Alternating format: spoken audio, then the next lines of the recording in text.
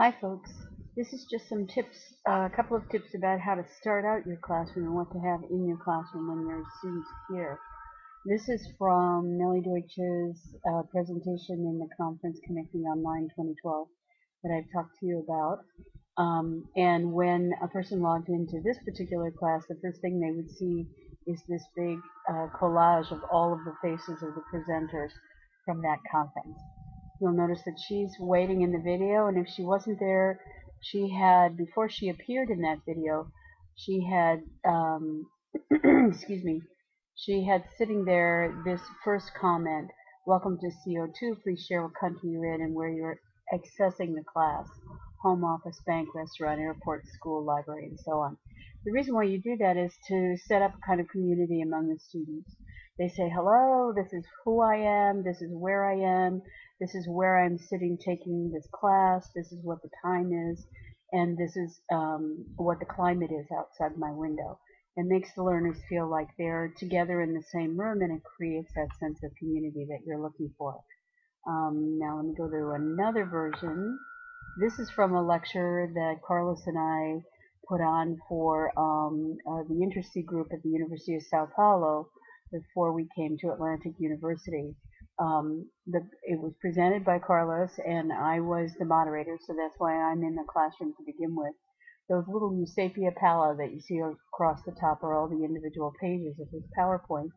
But we made this log-on sign for any of the things that we did for the Azire lecture series, and Azire is our personal website. It stands for Alvarado Zingoni Institute of Research and Education.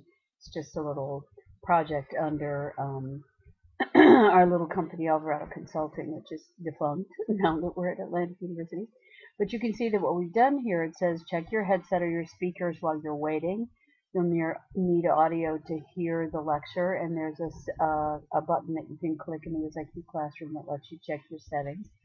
It tells them that they can ask questions, make comments by typing in the chat box, so it orients them to their primary mode of communication with the other students and with you as you're doing your lecture. And then we're asking them to tell us who you are, what part of the country or the world that you're in. And then it talks about, if you hear us saying hello as they come in, type yes in the chat box so we know your audio is working. And if you have trouble with the sound, you can log off, log on. It gives some tips on how to get back into getting good sound.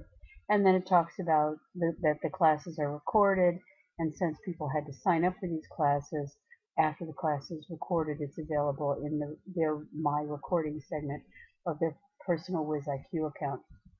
So when you set up a webinar, whether it's in WizIQ or another webinar provider, you want to have some kind of an illustration that's sitting there waiting for your students when they log in, that lets them know they're in the right place, and you've got some kind of instructions of things for them to do to increase their sense of community with other people in the class. So that's a tip for setting up a good first introduction for your students as they come into your online, your Synchronous online classroom. Thanks.